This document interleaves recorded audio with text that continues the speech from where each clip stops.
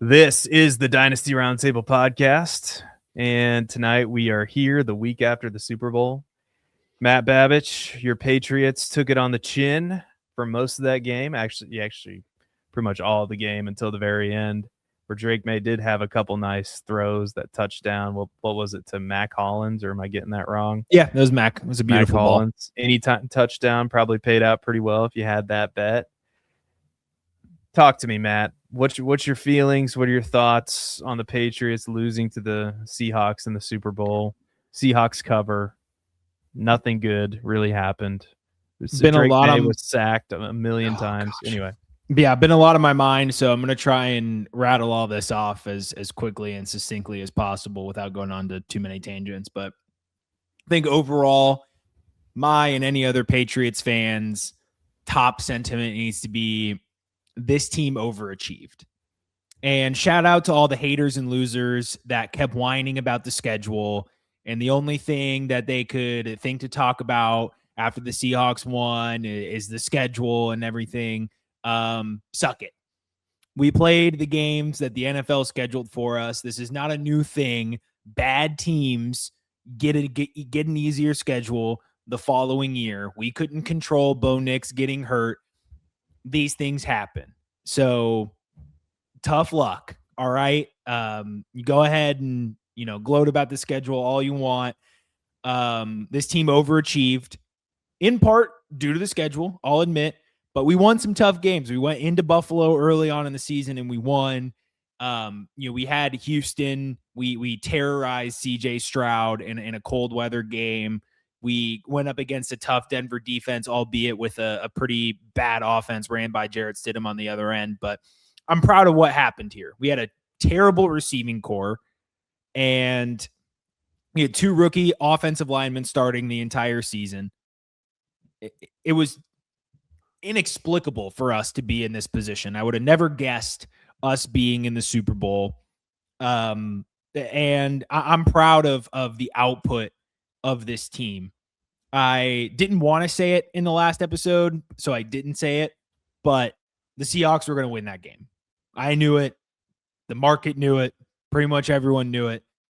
That being said, we still, and with how bad that offense played, we still had a shot to win that game. 12-0. And when we punted on 4th and 1, I said, pack it up. You might as well go to midfield, shake hands, because you're conceding the game. You're down 12. Not going for it on 4th and 1 was pretty unlike Mike Vrabel. He had actually been very good throughout most of the season on going for it in situations like that. It was a testament of what they thought about the offense during that game. Either way, it was scared coaching, and I didn't like it. Not going for 2 after scoring that first touchdown also made no sense. Again, just pack it up. You're saying that we'd rather try and score 2 more touchdowns than another 8 points and a field goal. So there was a lot of coaching decisions I didn't like. I'm trying to filter that out because I did think that Mike Vrabel did a really good job this year, particularly when it comes to being aggressive and going for it on 4th down and situations that he just completely ducked away from in the big game. I tweeted after Denver, leave Josh McDaniels in Denver, win or lose. And I have the same sentiment after San Francisco. I hope he was left in Santa Clara. If I was the general manager, he wouldn't have been on the team plane going home. But alas, wow. I think we're going to continue. The offense was so bland, man. You got a liability in Will Campbell on left tackle. So you're asking a 23-year-old quarterback in a Super Bowl against the league's best defense and the league's best defensive schematic mind in Mike McDonald. You're saying, hey, Drake, you have 2.5 seconds to throw the ball, and no one's going to be open. So the fumbles and the turnovers became an issue for Drake May. I'm not worried about that going forward. He's got a lot to clean up. That will happen with maturity, and I think it was a miracle that he got this many games to add to that film and experience to help correct that going into next year. But so many quarterbacks, especially Drake with his rushing ability, granted, I think there were many times where he should have taken off and run. There should have been more design runs. But the fact that his instinct was still to try and keep his eyes downfield with no time to throw, so much pressure, and no one open, I actually think is a good sign. Like through it all, he still tried to be a quarterback, still tried to keep his eyes downfield and make the play. Yes, it led to some turnovers. Yes, he had some missed throws. He was the least of the Patriots' concerns during that game. It took forever for them to get Travion Henderson involved, their most explosive rusher. Shout out to Ramondre Stevenson. He had a good season. The offensive play calling I thought was atrocious for quite a while. They got away with it against the bad teams, and then they got exposed against the good defenses in the NFL. And it's going to be an issue next year if we keep Josh Daniels aboard. Tom Brady's not walking through that door to save you. And that's the biggest thing for me next year is Josh McDaniels and Will Campbell at left tackle. Mike Vrabel came out and said, he's our left tackle. We're not moving him to guard or center. I sincerely hope that is him deflecting those questions after a young rookie got battered and just absolutely pummeled. I'm just really hoping that he's just trying to deflect and not tear him down anymore by making ambiguous comments or even flat out saying that they're going to look at moving him going into next year. I would understand as a coach why you would want to avoid doing that so early on, right after the Super Bowl. I don't think he can play left tackle. I didn't want to dismiss him because of the arm length early on, but it became a clear issue for him. So McDaniels and Will Campbell are my two biggest issues going into next year. I love where the defense is at. I love how that took place over the course of the season. But the fact of the matter is we overachieved. We shouldn't have been there. We had a great season. I'm so excited for what Vrabel and Drake May can provide going forward. It's just, can we get the offensive play calling to join this century? Can we bolster our receiving core with some actual young talent? I loved what Matt Collins was able to do as a supporting role. I loved what Kayshon Boutte has shown in his couple years in the NFL. Pop Douglas is a good supporting role player. Diggs, for his age, had a good season, but that's not a receiving core that was going to beat the Seattle Seahawks. And finally, to close it out, shout out to the Seattle Seahawks and shout out to Sam Darnold, man. Just a great story. It's hard for me to even be upset, A, because we overachieved, and B, because of the story there. Sam Darnold, through it all, persevered, believed in himself, found people who believed in him, and led a team to a Super Bowl championship. Mike Macdonald is an absolute genius. And in an era of offensive innovation and offensive focus, having a guy like Mike Macdonald come in and say, I don't care what offense you throw at me. I don't care what new age trends we're moving to.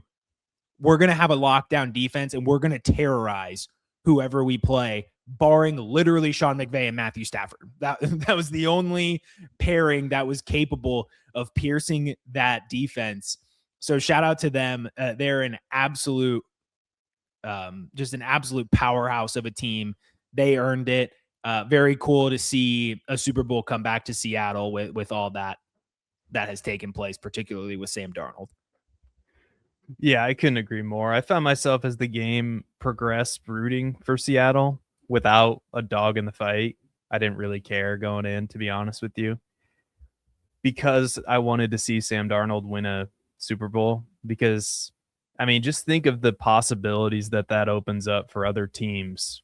You know, if we have a team, we don't need to draft Patrick Mahomes. We can take a quarterback who's been in horrible situations throughout his entire career, and we can take that guy and we can mold him into what we need him to be for this team. And Sam Darnold, if you didn't realize, I don't think he's changed as a quarterback.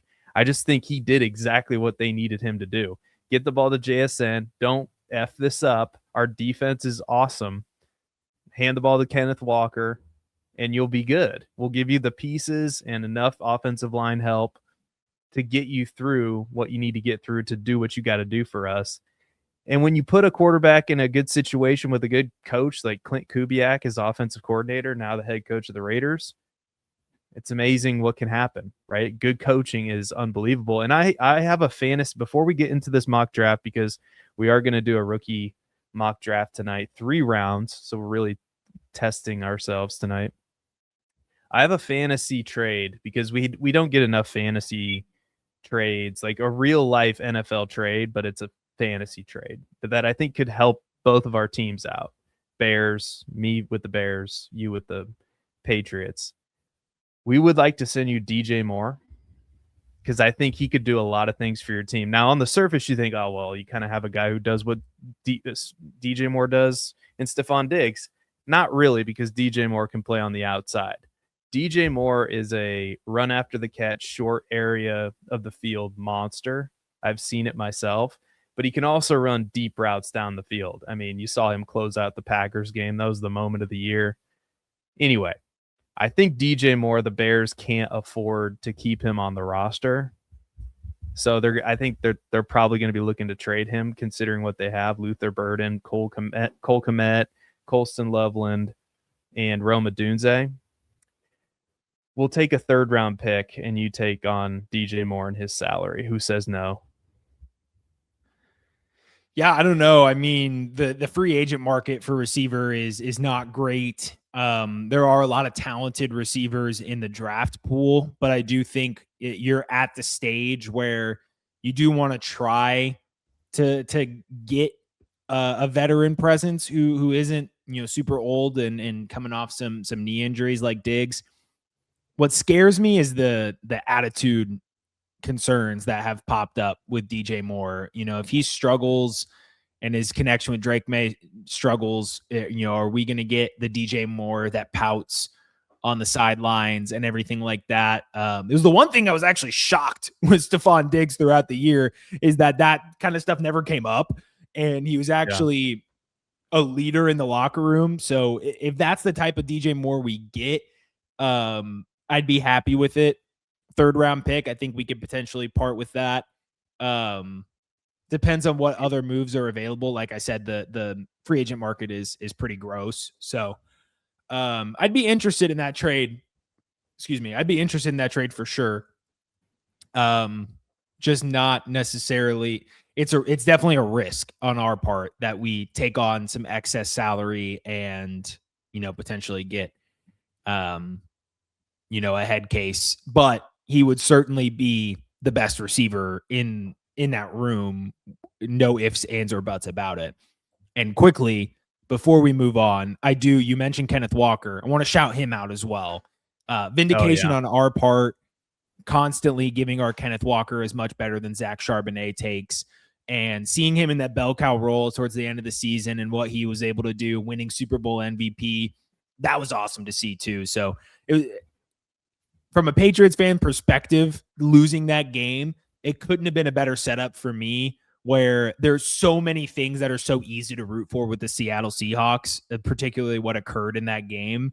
So I've never been happier with the Super Bowl loss than I am right now, because that Seahawks team was so easy to root for, and Kenneth Walker goes into free agency with an absolute bang. I think he re-signs with the Seahawks for an absolute bag. Yeah, the Seahawks have a lot of cap space. I was hoping, I made a video on this channel, players that I think could turn into Dynasty superstars, and he was on that list because of what we're seeing in the playoffs.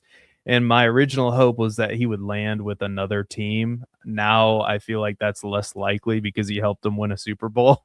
I don't understand why Seattle would let him get away. And I wouldn't really understand now that the genie's out of the bottle, and they have seen, oh, well, this guy can also take on red zone touches for us too, and can break big runs. I didn't understand it all year. And again, Seattle just won a Super Bowl. They're at the top of the sport. Their coaching staff is excellent with Clint Kubiak, Mike McDonald.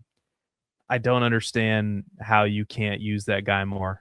I don't understand why he isn't on the field more. I don't understand why he's not on the field in the red zone more. I get it. Zach Charbonnet is good in the red zone, but guess what? Kenneth Walker's also pretty good.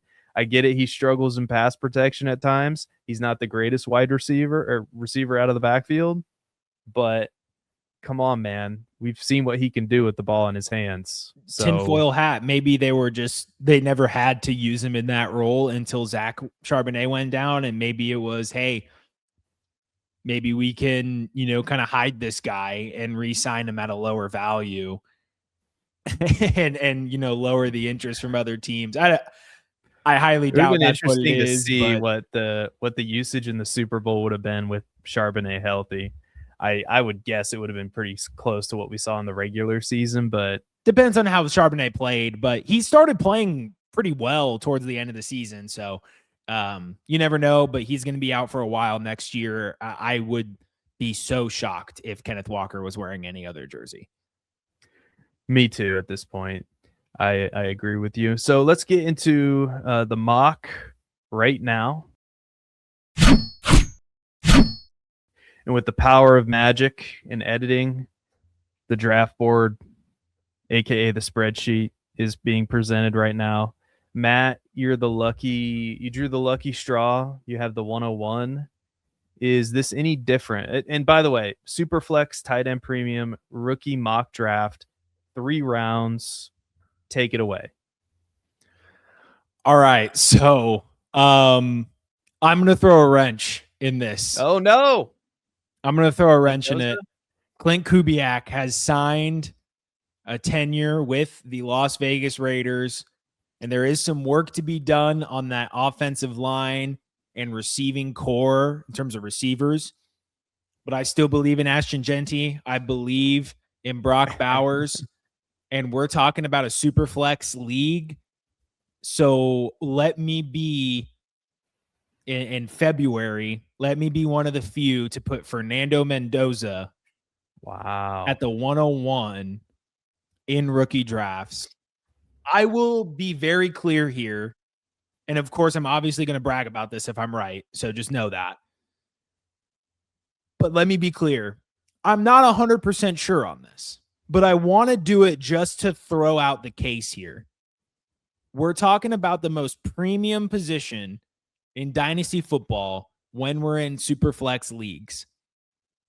A kid who I have been very vocal about my belief in heads to one of the best offensive minds in football. And yeah, it may not be a year one boom. But what were some of the things, Seth, that you told me about Drake May coming into the league? No offensive line, no receivers. He walks in arguably to a better situation here with a better play caller, a tight end one, or, a first read in Brock Bowers, who's absolutely elite, comes in with a better running back.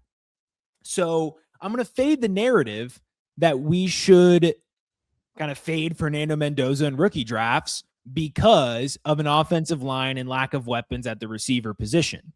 We've seen how things like that have gone in the past. And not only could he show up and surprise us with this current supporting cast, but year 2, the situation could change drastically. And we could be saying, why would we take a running back over Fernando Mendoza in rookie drafts? Jeremiah Love is fantastic, and I love him. And if you tell me he's the 101, I'm not going to put up too much of an argument. But the lifespan of a potentially elite fantasy asset at quarterback is much greater than the lifespan of a bell cow running back. We've seen guys like Breece Hall, who have shown elite potential, die by the wayside. We've seen guys like Kenneth Walker, who we think are totally elite, be put into a shadow with their backup running back or their 1B. A lot of things can happen at the running back position. Fernando Mendoza is in a much more stable position with a longer lifespan, a position of longer lifespan, and a position of higher premium. And for those reasons, I'm going to take a shot here and take Fernando Mendoza at the 101 and start that conversation. Yeah, I don't think it's crazy. I think Fernando Mendoza, I would, if I had to rank him in a class with Cam Ward like we had last year, I would put him above Cam Ward, and I'm really not thinking too hard about it. And the situation is all of a sudden leaps and bounds better than Cam Ward's situation, right? You got Brock Bowers, you got Ashton Genty, and now Clint Kubiak coming in as, in my opinion, the best play calling available head coach candidate on the market. The Raiders waited. The Raiders got him. Now he's going to get his quarterback. I think it's the perfect way that you do it in the NFL. You align your coach with your quarterback, your play calling head coach with your quarterback. So I think it really comes down, the 101 conversation comes down to, are you ready to compete? If you're not ready to compete, man, it'd be real tough for me to take Jeremiah Love, like the running back position, right? It's really hard for me. I've earned the 101 to spend it if I need a quarterback on a running back, right? So I think it just depends on your team situation, because I think Fernando Mendoza is going to work in the NFL. I don't know why I feel that way. I just know that when I watch him play, he kind of pops off the screen in a weird way that I haven't really seen before. And when I see things that I haven't really seen before, I tend to think that player is going to be able to figure it out in the NFL. Like Fernando Mendoza is just one of those guys that's different. And I think he's got the mental makeup. I think he has the intangibles to be a really good quarterback at the NFL level. And yeah, I do not blame you. But I am sprinting to the podium to take Jeremiah Love with the next pick, though. So Jeremiah Love is the 102, and I'll throw it right back to you at the 103. Yeah, I mean, I don't blame you at all there. And I like your point too on being ready to compete. I do think that completely changes how you look at things. The standard 101 is likely not competing in that window. So Yep. Helps with that as well. I have pivoted on my receiver rankings. Okay. I wanted him to be my receiver one. I wasn't ready to do so, but it's Carnell Tate for me now. I think after watching some more film and really taking things into a more holistic perspective, it was harder for me to go with Tate earlier on. I loved the gameplay, but when you're not the team's kind of alpha or go-to guy like Lemon and Tyson had been, there is earlier on in the process, before you start going into the actual film, it's easier to put them above a Carnell Tate because there's more plays to look at. There's, the box score numbers are there, obviously. The more I watch Carnell Tate, the more I feel he is solidified there for me. I say solidified. That's probably not the right word, because I truly think that these three, Lemon, Tyson, and Tate, are going to continue to be guys who I waffle in between, because it's hard for me to be convicted on all three. I truly think it's so close. But I think Carnell Tate profiles more as a one than Mekhi Lemon does.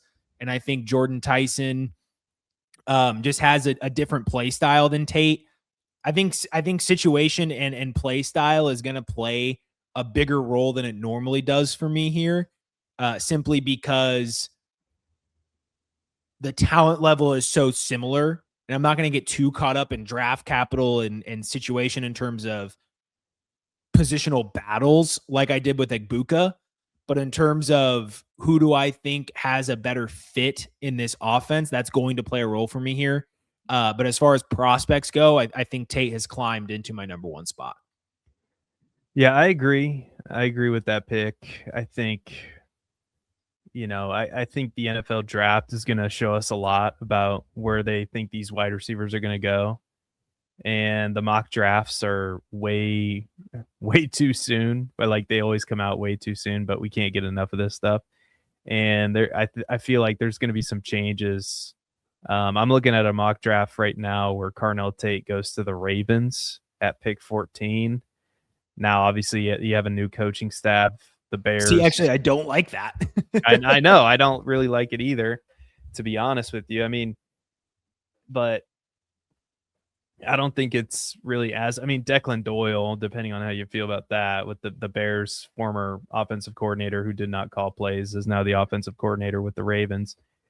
So I like that call. And again, like, I think these 3 wide receivers are so close, and Carnell Tate is my wide receiver 1, that really landing spot could tip it in one way or in one direction or the other. And, if Mekhi Lemon as a player who I believe projects as a slot wide receiver in the NFL, if he gets drafted by a team that already has somebody in that position ahead of him for whatever reason, then obviously that's going to hinder his development. But I'm going to take Mekhi Lemon because as I've been going through the process, he and nothing really against Jordan Tyson. It's just Mekhi Lemon to me has popped off the film more than Jordan Tyson, at least to me. And from the very start, and with our discussion with Fizzle Dollars, if you haven't checked out that episode, you need to go check it out. It was the last episode we did on this channel, full length podcast. We talked about going and getting your guys, and I can already tell that Mekhi Lemon's going to be one of my guys. So if I'm stuck with this decision, Jordan Tyson versus Mekhi Lemon, it might be wrong, it might be right, but I'm going with Mekhi Lemon because of my film analysis up to this point. So with that being said, I'll throw it to you at the 105, and I have a good feeling about who you're going to take. It's such an interesting dichotomy, and there's racing conditions for me here between Mekhi Lemon and Jordan Tyson, who's my pick here. But you have Mekhi Lemon, who profiles more as a slot receiver, and we've seen, just based on that archetype, they do not rise to that alpha level target share and role that we would like. Now, we have examples of people who are more primary slot guys that do get alpha level roles in their respective offenses. It's not impossible. It just doesn't happen as often. And then you have Jordan Tyson, who is a little, at least from the speed that we know going into this, is a little slow for his frame, doesn't have the route running prowess that I think Carnell Tate and Mekhi Lemon have, but he has that alpha level build to rise into that potential role.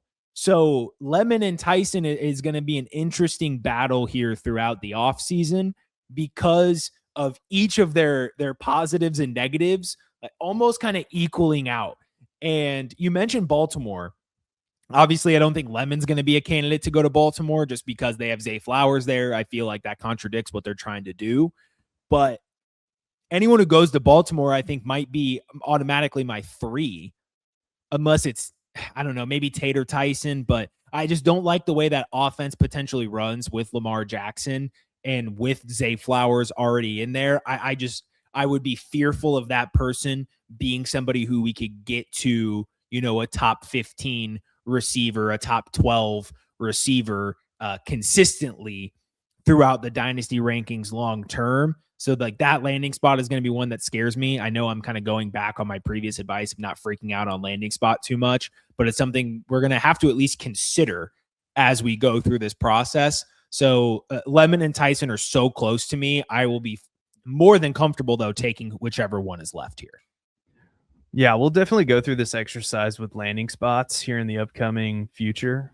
But we have no landing spots for now, just given our honest to God takes. I'm looking at a mock draft right now, and I just want to say this real briefly.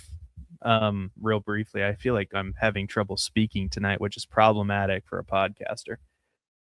I'm looking at a mock draft right now that has 10 skill players going in the first round. And I don't think that's really too rare in the mock draft streets right now. That would be a massive boon for this class. And I don't know if people really realize that, because the only narrative out there right now is this class is no good, right? And I do think that there is a drop off. Like, we got through these first 5 picks. I love these first 5 players, but I also really like a lot of players that are going to be drafted here later on. So I think this narrative that the 2026 class is bad, I think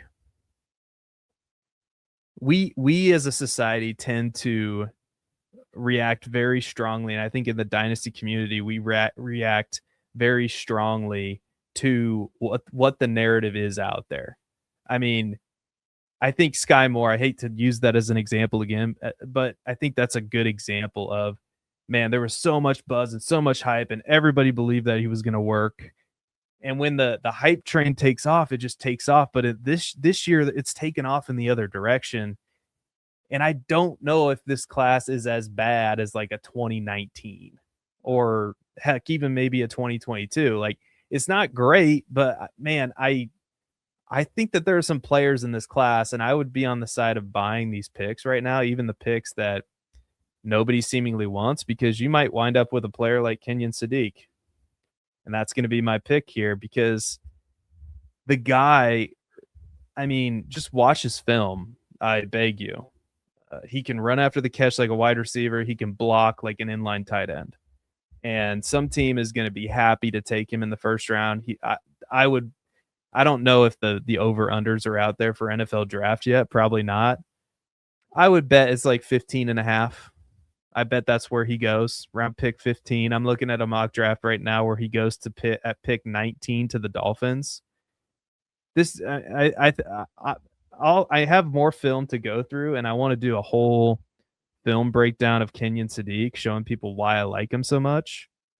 But if I'm stuck at this 106, 107, and Kenyon Sadiq's there, I don't really like Denzel Boston, what I've seen. I know I'm talking about players we haven't drafted yet. I kind of think Casey Concepcion could be a gimmicky sort of guy in the NFL. I don't have much confidence in any of the running backs, really. I mean, maybe Jonah Coleman. So that's why I'm taking Kenyon Sadiq here, because I look at him and I go, holy shit. Like that, I think that's going to work. Similarly to Mendoza, just in a different way. I think Kenyon Sadiq is going to work in the NFL. Now, obviously, landing spot's going to matter, and that's going to change some things. But in a tight end premium league, I feel pretty good about Sadiq here.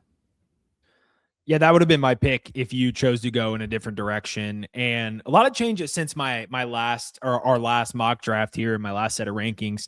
You mentioned something that stuck with me, which was, the what we know versus the potential. And I think Jadarian Price has a lot of home run potential, and he will be my pick here at the 107, the potential RB2 over the wide receiver 4 in Denzel Boston. He's got home run speed. He's got good vision. Again, as the film comes on, I trust a guy like Jadarian Price more than Jonah Coleman as we start kind of going through things. He didn't get a chance really to demonstrate as much as we would have liked to see because of playing behind Jeremiah Love, but he was able to earn the workload he was able to despite Jeremiah Love being there. And I think the biggest thing for me is the pass catching concerns aren't concerns. I don't think there are concerns necessarily, but we didn't see it on the stat sheet again because of Jeremiah Love. But when you actually start breaking that down and looking at what he's capable of doing or with what he put on the film, I really like what he has to offer. And I consider him my RB2 right now in this class.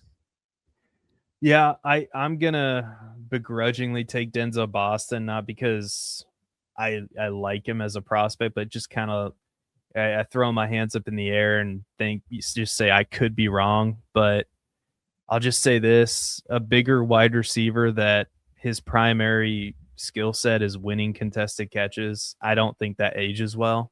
So I'll take him here begrudgingly, mostly because I wanted to talk about him, and I don't feel, I don't really have much confidence in a lot of the other players, or it's way too early to take a player that I like. So I'm going to play the value game and take Denzel Boston. And if this were a league and I'm sitting at the 108, I'm hoping and praying that I'm wrong about this player, because that's possible. So that's my pick. And I'll go right back to Denzel Boston, to Jonah Coleman.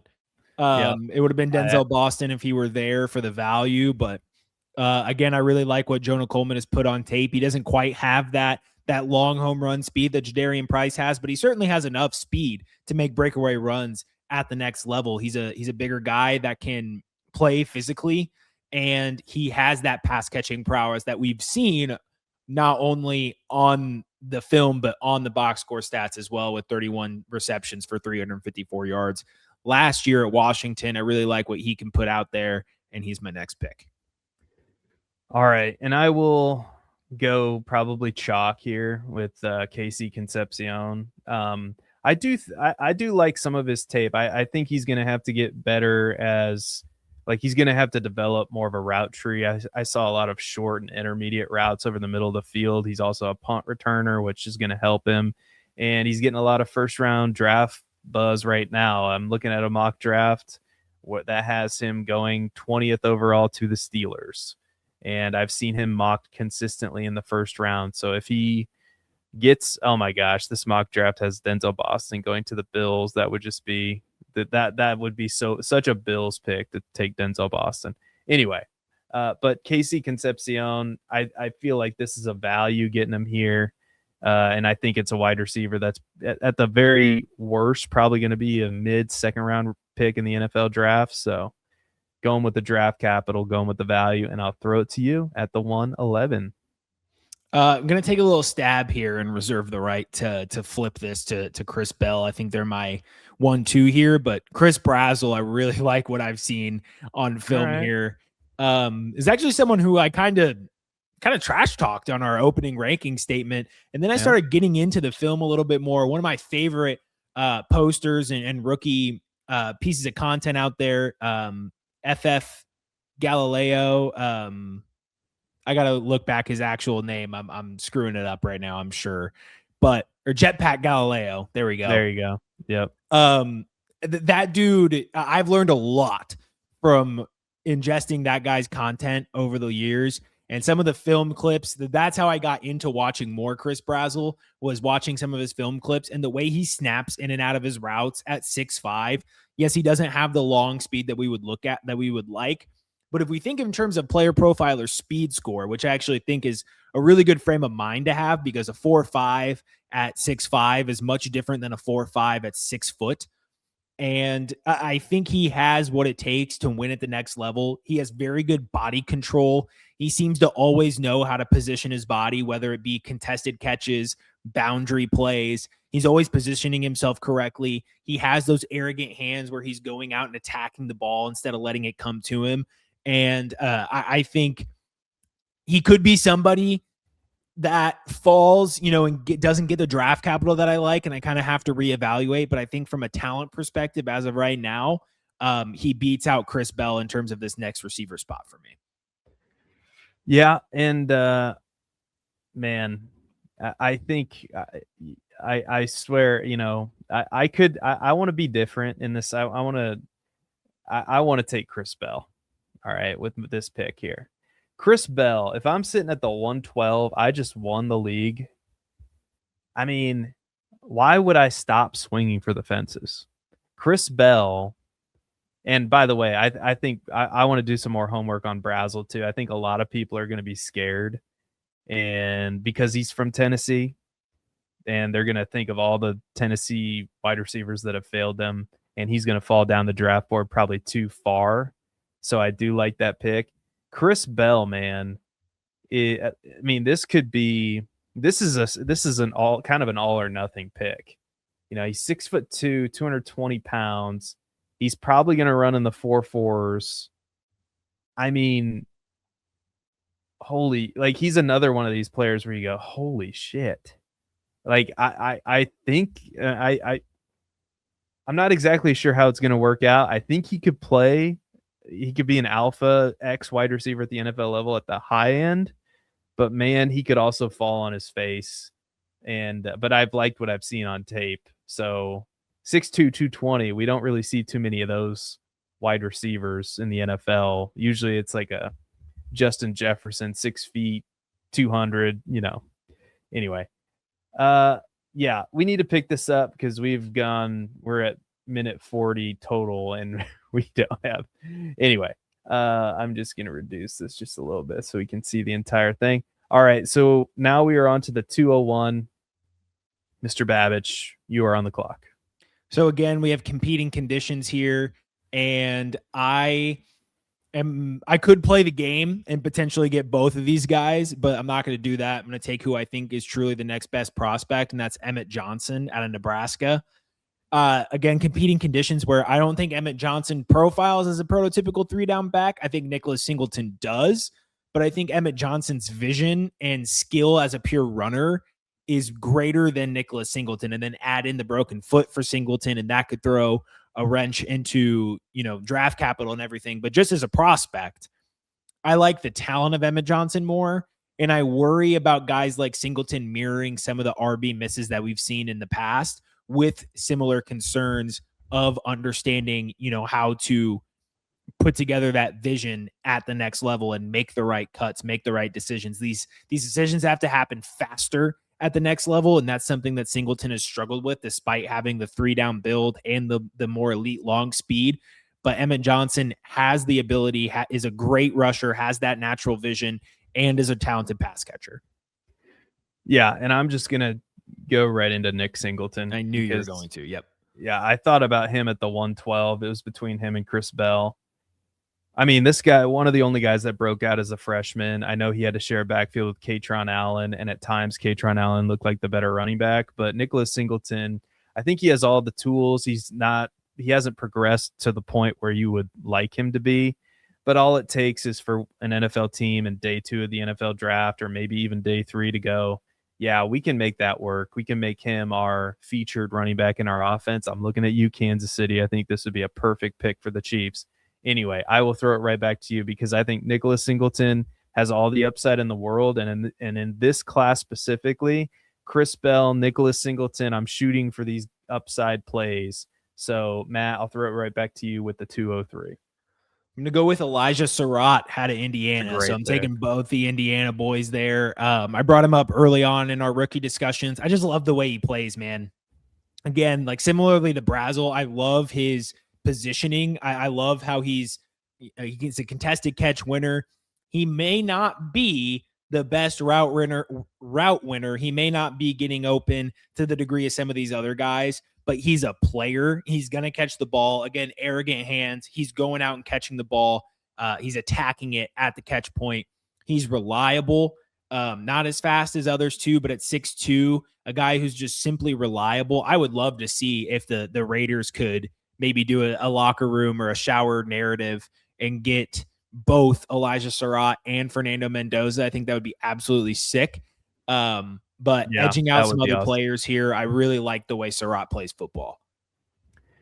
Now that you breathe that into the air in existence, I that is something I will be polling for on NFL Draft Day. I don't know. I need to talk to you about. We'll discuss off air, but maybe live stream the NFL Draft. But anyway, topic for another day. Stay tuned. I'm gonna go with a guy that I have moved up the rankings quite a bit, and that's Eli Stowers. I think this tight end class is catching some shade, and I think Eli Stowers is really good. I think he's athletic as hell. He's a little bit undersized, but that didn't really stop Oronde Gadsden. So I think Eli Stowers can fit this new age NFL. Very impressed with his tape. So I think I can already tell you I'm going to be overweight. If he's available in the early to mid second round, I'm going to have a lot of Eli Stowers. Back to you. Tough for me, but I think it's time to start taking quarterback value. And I think the draft is going to help guide a lot of this. There's a lot of concerns I have with both of these guys, but I think the untapped potential of Ty Simpson leads me to take Ty Simpson over Carson Beck. Again, it's potential versus experience. We've seen guys who we don't think are world beaters, but have that college experience. But I also don't think Ty Simpson is going to be drafted to be a starter in this league. And I like what I've seen earlier on, and I think Carson Beck is closer to what Carson Beck is at this point in his career, and Ty Simpson still has a lot more untapped potential. Yeah, that's a good call. I mean, I am not a big fan of Ty Simpson, and I got enamored with all of these upside plays, but we probably let him slip a little bit too far, to be honest. At the 205, that's an extremely good pick. I played the game a little bit by taking Surratt over one of the quarterbacks. Yeah. And you can't fault a guy for playing the game. All right. So I am going to take a guy that I've risen up the rankings here recently. And I mean, Omar Cooper Jr. I mean, if they could find a way to Oh, get at least one of these guys, I mean, like if you just look at the profile of Omar Cooper Jr., like he fits the mold of what you're looking for. 6 feet, 201. I mean, that prototypical Jamar Chase, Justin Jefferson type build, like, and he might run in the 4.4s. You know, he might run, maybe it's a early 4.5s, maybe high 4.4s. But I just think in a draft class like this, you're shooting for the upside. You're shooting for the yep. moon. And Omar Cooper Jr. is exactly that. And I think it's one of those guys again. Like if he's available in this range, I'm buying into the Fizz methodology of doing things. I'm going and getting my guys. And Omar Cooper Jr., I've been impressed with what I've seen. I don't think he's as good as Elijah Surratt and what Elijah Surratt can provide, but I do think Omar Cooper Jr. has more upside than a player like Elijah Surratt. So I will yield the floor back to you and the 207. Straight back to Carson Beck. We're talking mid to late second round. We should be prioritizing quarterbacks as we get to this range. Yeah, I cannot fault you for that pick whatsoever. And we were talking about this before the show. I don't know what's going to happen with this guy, but Trinidad Chambliss, he's going through what? I was assuming that Chambliss was going to come back some. Well, I guess based on the given news, we should be. You should, if you play the game, sometimes you're right. You're right. You That's a good pick there. He's probably going to be after the NCAA denied his appeal. He is probably going to be entering the draft despite, continuing to fight that process. So I'll give it to you there. Yeah, so I don't really have much to say. I mean, he has all the upside in the world for fantasy. I don't think he's going to start right away, but yeah, he had a good season in college, and I think all it takes is for one NFL team to go, yeah, if we get him in our system and we develop him, that can work. So I will throw it right back to you as we speed through this at the 209. We still have another round to go. So what are you thinking here? Yeah, let it be known I have Chambliss over Beck is the uncertainty. I didn't include him. This is probably my guy of the draft cycle, Skylar Bell. There you receivers go. are my favorite position to plant my flag on. Again, I just love the way he plays football. He's a route running savant. He's going to be getting open at the next level, a little bit on the smaller side, but no size concerns for me at the next level. It's all about that skill at the route running position. He's going to be getting open. He has reliable hands. Skylar Bell. Yeah, we let this next guy. I like Skylar Bell quite a bit. I think most people do. We let Katron Allen fall way too far. It was between those two for me. Yeah, so I'm going to take the other. This happened in our other mock draft too. I ended up getting Nicholas Singleton and Katron Allen, but Katron Allen, literally the other end of the spectrum, the grinder. I don't think he's a plotter. I think he's not as fast. He's not as talented as Nicholas Singleton.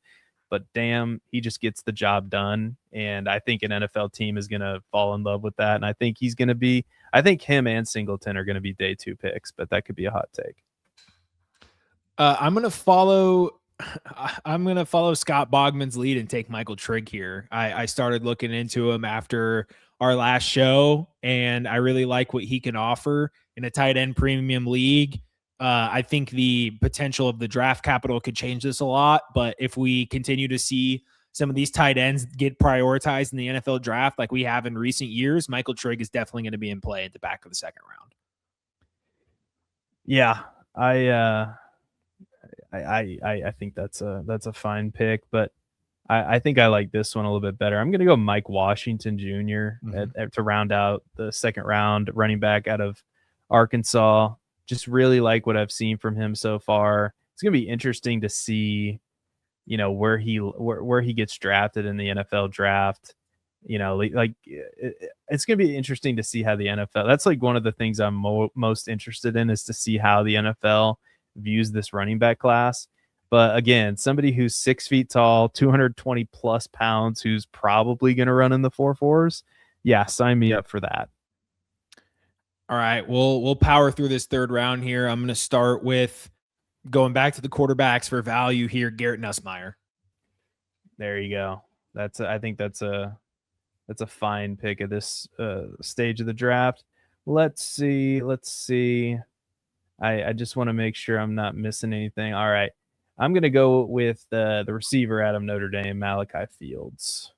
I just think I think I didn't I wasn't tapped in. We were busy, but I think he had a pretty good Senior Bowl. And I've liked a lot of what I've seen from him so far. So Malachi Fields at the 302 for me. Don't love his pass catching potentially, but I love what he can do as a runner. Damon Claiborne out of Vanderbilt. Yeah, that was a guy that's on my radar. I know. Okay, I just misspelled it. Yeah, I like that pick a lot. I think he's one of these new age running backs that potentially, can make a lot of noise. I'm gonna go with the Jacoby Lane, USC.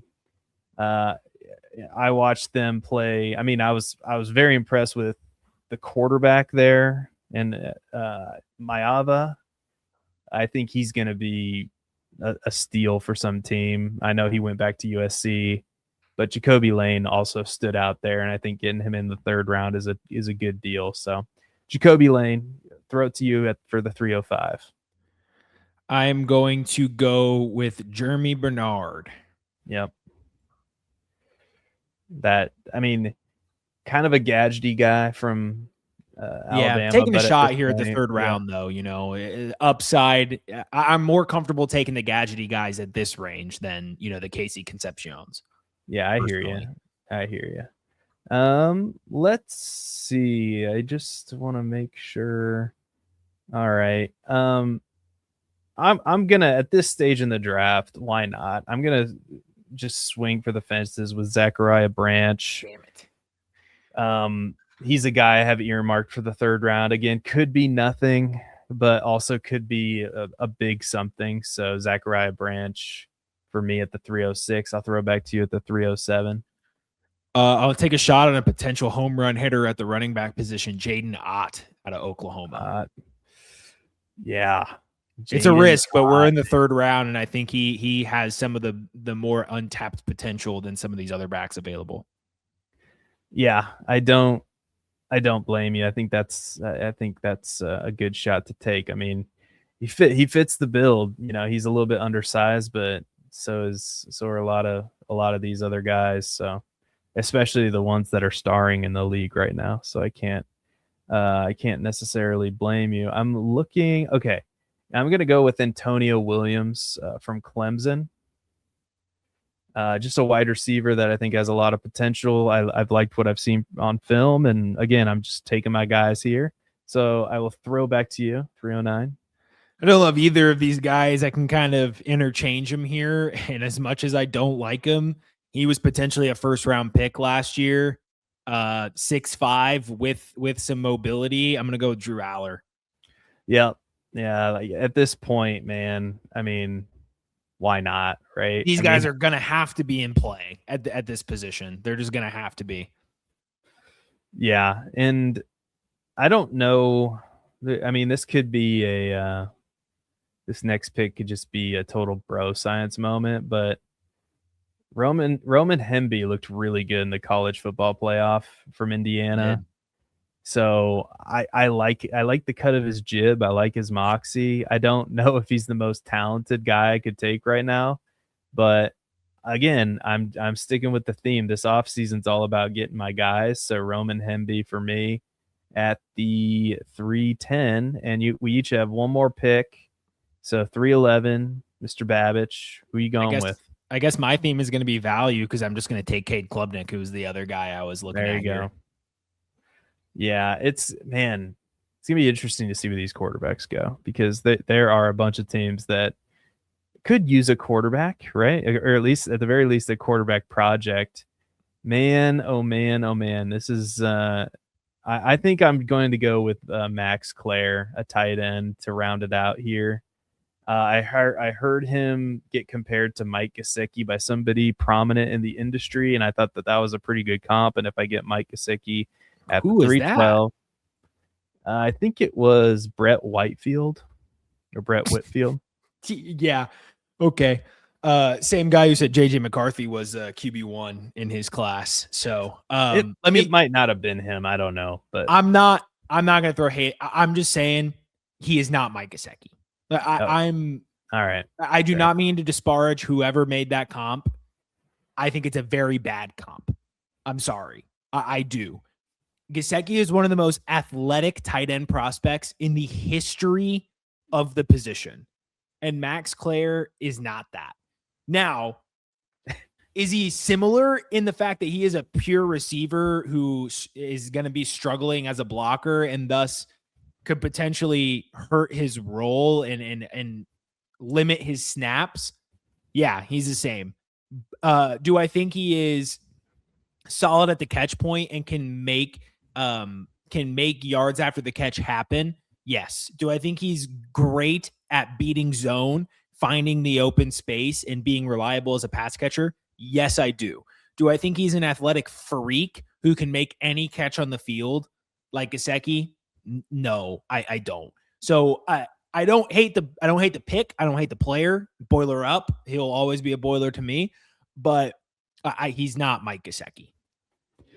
Man, I didn't know we were going to get such a passionate take out of you. And hell, maybe that's good for him. I don't know, but he just doesn't play the same way. He's not as athletic. He doesn't play the same. Yeah, so I will recap this real quick for our podcast audience.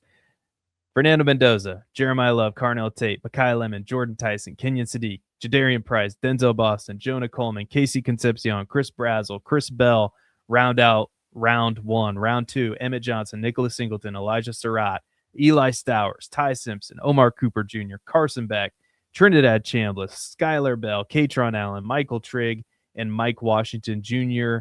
That is round 2. And round 3, Garrett Nussmeier, Malachi Fields, Damon Claiborne, Jacoby Lane, Jeremy Bernard, Zachariah Branch, Jaden Ott, Antonio Williams, Drew Aller, Roman Hemby, Cade Klubnik, and Max Clare. Matt Babich, any thoughts on this mock draft? Any revelations? Anything you learned tonight? Any words of wisdom for the people? Just take it all away. Take it all in one. Okay. Yeah, all in one. I like the way this played out. I'm starting to get more comfortable with how we're positioning some of our player takes here. And I'm starting to get more comfortable with my guys. And I'm starting to get more comfortable with my strategy here of just taking the value. I really think learning from last year, and it might be a dud, based off of, trying to repeat last year. But I do think these quarterbacks are going to be values. And I'm willing to take some darts on these guys just because of the way the quarterback position works, especially in Superflex. Some of these guys are going to get shots. And if I can hit on that, it's going to be a bigger hit than I took him, but a Jaden Ott, So I like the way this is working out. I'm really excited to see how this develops over the course of the offseason. I'm really excited to start getting into more mock drafts in terms of NFL mock drafts, starting to get a better handle on where some of these guys are going to go with draft capital and landing spots. Words of wisdom. I don't have any words of wisdom particularly, but Winter Olympics, I mentioned it last week.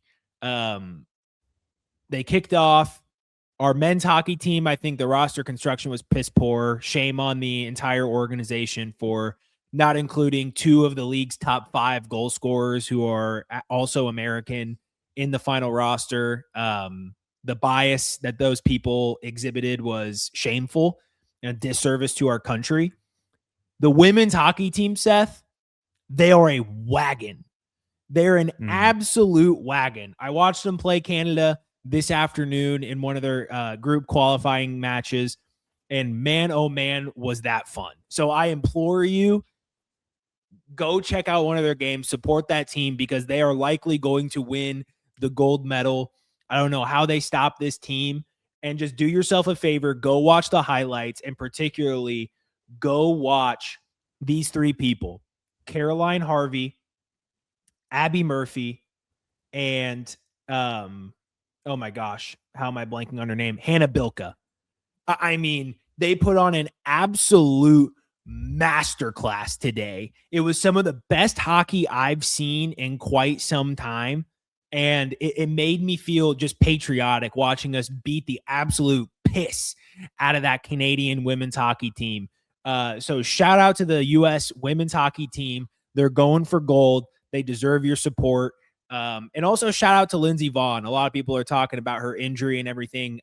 Skier, one of the greatest skiers, if not the greatest skier of all time, and tore her ACL at age 41. The fact that she was competing in the Olympics at such a high level at that age is insane. And the fact that she had the balls to go out there on a torn ACL and compete and not change her strategy at all, which to what I've seen is balls to the wall, risking a crash at the benefit of pure speed and going out there. Unfortunately, fractured her leg, horrible injury, wish her the best in recovery, but take something from that in terms of a lesson of courage. And when your back's against the wall, how do you respond when all the chips are against you? How do you respond?